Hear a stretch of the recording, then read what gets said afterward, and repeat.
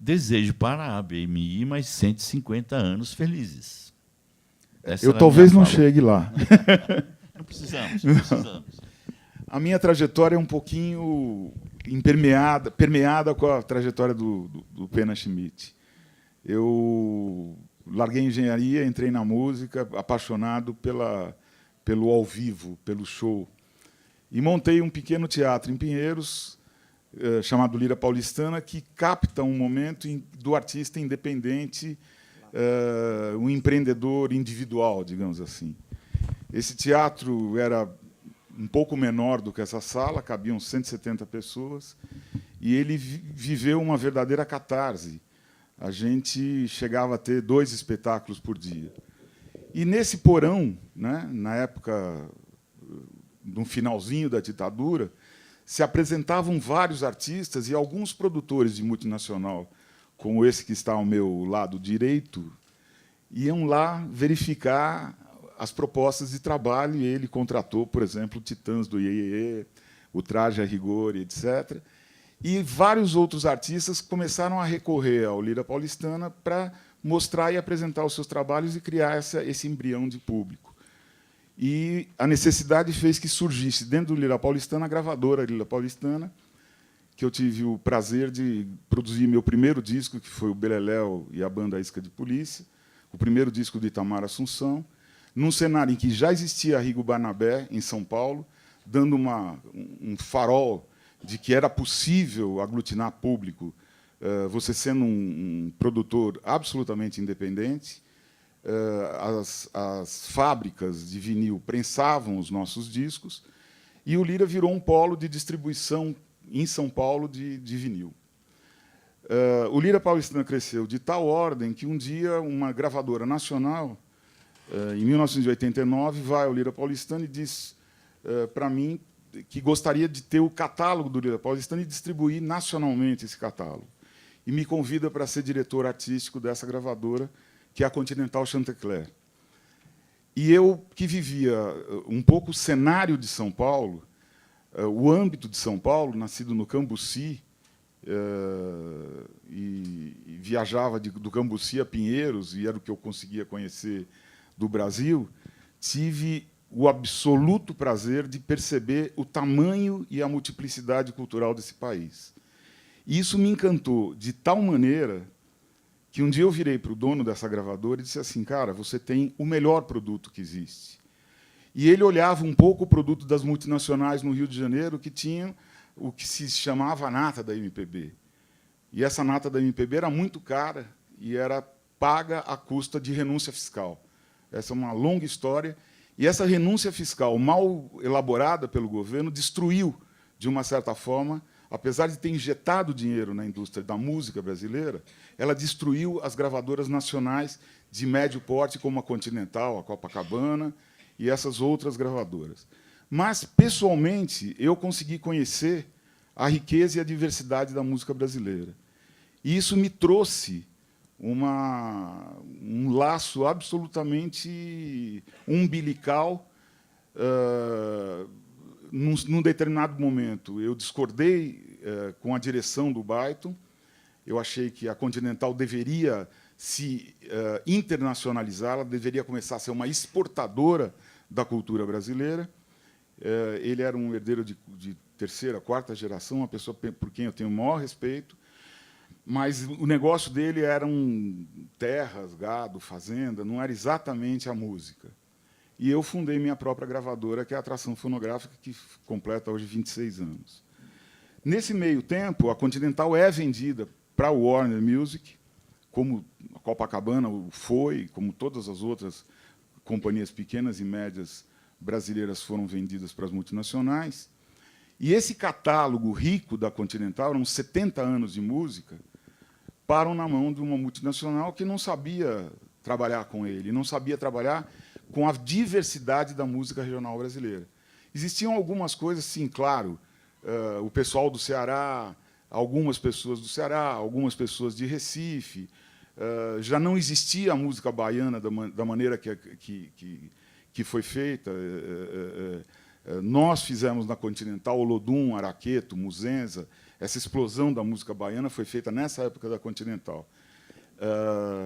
E a multinacional começou a assimilar essa música regional e gravar Ivete Sangalo, entrar na história regional da música brasileira. Nessa época, o Warner, por ter esse catálogo da Continental, me chama para ser presidente de uma divisão. E eu começo a entender um pouco o pensamento de uma multinacional em relação à música. E eu fico, durante 6 anos, como presidente da East West, que tinha todos os hispanos da Warner e tinha todo o catálogo da Continental no Brasil. E a atração segue seu caminho, crescendo e conseguindo assimilar outros movimentos de música nos porões da vida. Ela tinha, na sua criação, esse DNA. Eu saio da Warner como presidente, volto para a atração, e, nesse momento, a gente é assolado pela pirataria, que foi um momento muito tenso. A indústria foi penalizada e a falta de leis e de controle no Brasil penalizou muito mais a indústria como um todo, não só a multinacional, como a empresa nacional de pequeno porte. Isso combaliu a gente tremendamente. Eu achei que essa atividade tivesse fadada, como atividade organizada, a acabar. E vem o alento da criatividade digital, que foi gestada no primeiro mundo, criando uma solução para poder coibir a pirataria, ou parte da pirataria, e fazer renascer essa indústria. E ela renasce, eu acho que, horizontalizando as possibilidades. Então, é um pouco isso que está sendo dito aqui. O artista acabou de criar uma canção, 2 semanas depois ele põe no mundo. E acho que nossa função, como pequenas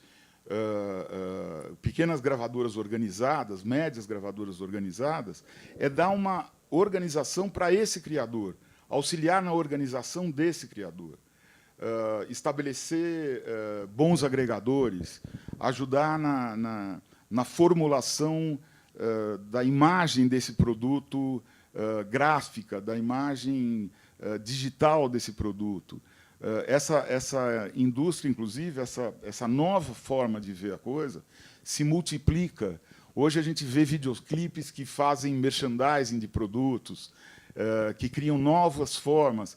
A gente vê produtos sendo licenciados para filmes. Isso vem de muito tempo, mas essa coisa está se intensificando como negócio dentro dessas empresas. E essas empresas, essas nossas empresas, estão tentando se especializar para poder abraçar essas novas formas de comercialização de música, organizando o criador e dividindo com ele alguns resultados desse trabalho e o rendimento desse trabalho. O que eu posso dizer hoje como testemunho é que eu vejo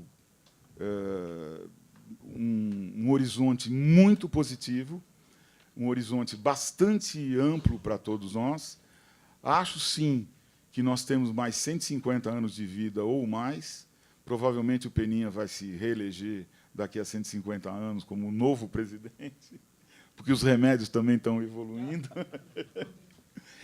E acho que a nossa função está sendo reafirmada e cabe a nós, a mim, Corcioli, nossa diretoria, tentar imaginar, estar completamente por dentro do mundo. Hoje tivemos conversas com australianos, com portugueses, com associações do mundo inteiro para trocar informações, levar artistas nossos para lá, trazer artistas deles para cá. Eu acho que nós vamos fazer 13 e 14, 2 dias de bastante estudo no Rio de Janeiro, o Rio Music Bus, que serão vários painéis importantíssimos para os artistas, para os criadores, para os músicos, para os pequenos criadores. E esse painel é encerrado com, para mim, um dos ícones desse período entre o vinil e o streaming, que é o Jardim Macalé, conversando com Charles Gavin e com um jornalista importantíssimo do Rio de Janeiro, da área de música. Isso faz com que a gente sinta que está terminando o ano da BMI, cumprindo nossa obrigação e partindo para 2017 muito mais fortes e organizados. E nós estamos absolutamente abertos a novos associados e novas ideias. Nós precisamos estar cada vez mais fortes, porque as ideias estão todas com todos nós. E essa junção de ideias vai nos fazer absolutamente duradouros e fundamentais nesse processo criativo de universalização. Obrigado.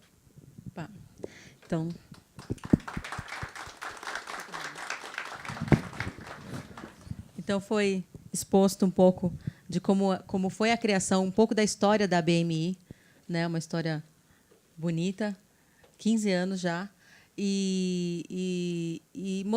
Foi mostrado também como era o mercado há 15 anos, como é que era o mercado das gravadoras, como trabalhavam os artistas em relação a gravadoras e selos. E hoje as gravadoras, o mercado mudou muito. Nós temos aqui esse evento ilustra bem como os artistas estão se profissionalizando, buscando. Os artistas hoje são empreendedores, né? Então eles têm que se informar, buscar informação, e não era que nem antes, que o artista esperava ser descoberto por uma gravadora, e a gravadora financiado por uma gravadora, e naquela época a gravadora tinha uma estrutura toda, uma equipe de marketing, equipe de vendas, era toda estruturada. Hoje em dia isso já não acontece. Eu queria agora abrir um espaço para perguntas. Alguém tem uma pergunta?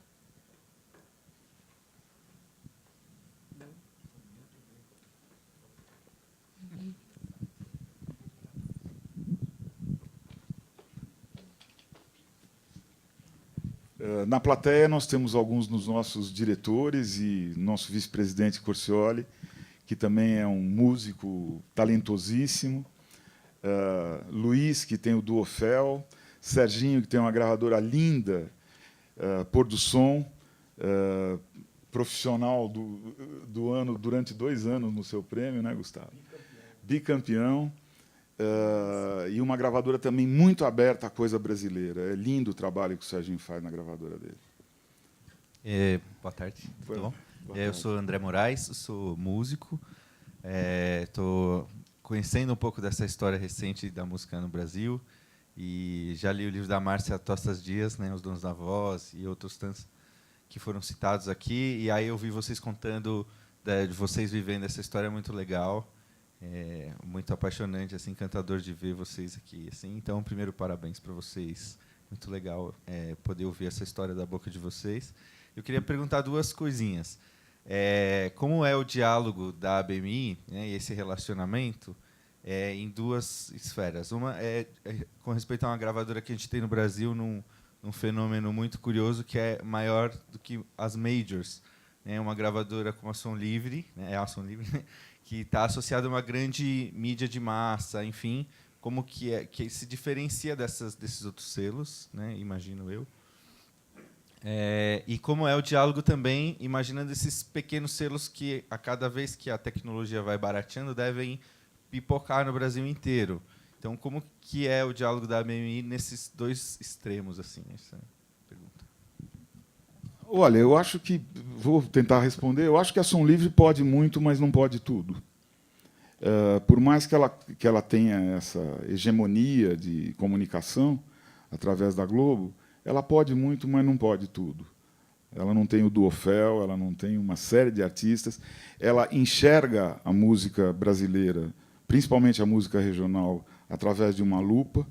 Ela espera o fenômeno acontecer e depois ela vai atrás da notícia. E nós temos a oportunidade de estar em cima da notícia. Eu tenho informações de Manaus, quase que semanalmente, eu tenho informações de Belém, isso na minha gravadora. E a ABMI quer estar presente com microempreendedores nesses locais, exatamente porque nós somos, juntos, muito mais poderosos a nível da informação do que uma empresa globalizada como a Rede Globo. A Som Livre é uma empresa importantíssima dentro do mercado, mas é uma empresa que vai atrás da notícia pronta. Essa notícia já existiu.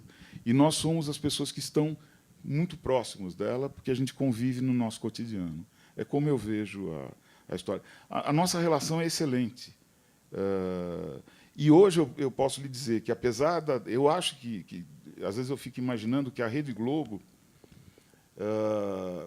tem que tomar muito cuidado, porque, se ela também não se modernizar, eu acho que a televisão, como veículo, vai cair numa certa decadência, porque hoje nós temos a internet e o streaming. Sabe? Hoje, eu não estou montando um estúdio dentro da minha gravadora de gravação, eu estou montando um estúdio de televisão, porque eu gostaria de gerar 5 programas semanais com temas específicos e colocar no ar no dia seguinte. Então, vocês veem o exemplo do Porta dos Fundos, é um exemplo fortíssimo, né? Os caras conseguiram uma potência de comunicação. Enfim, eu acho que os meios estão aí. O que a gente precisa é de criatividade e trabalho, porque a gente atinge muito claramente os objetivos.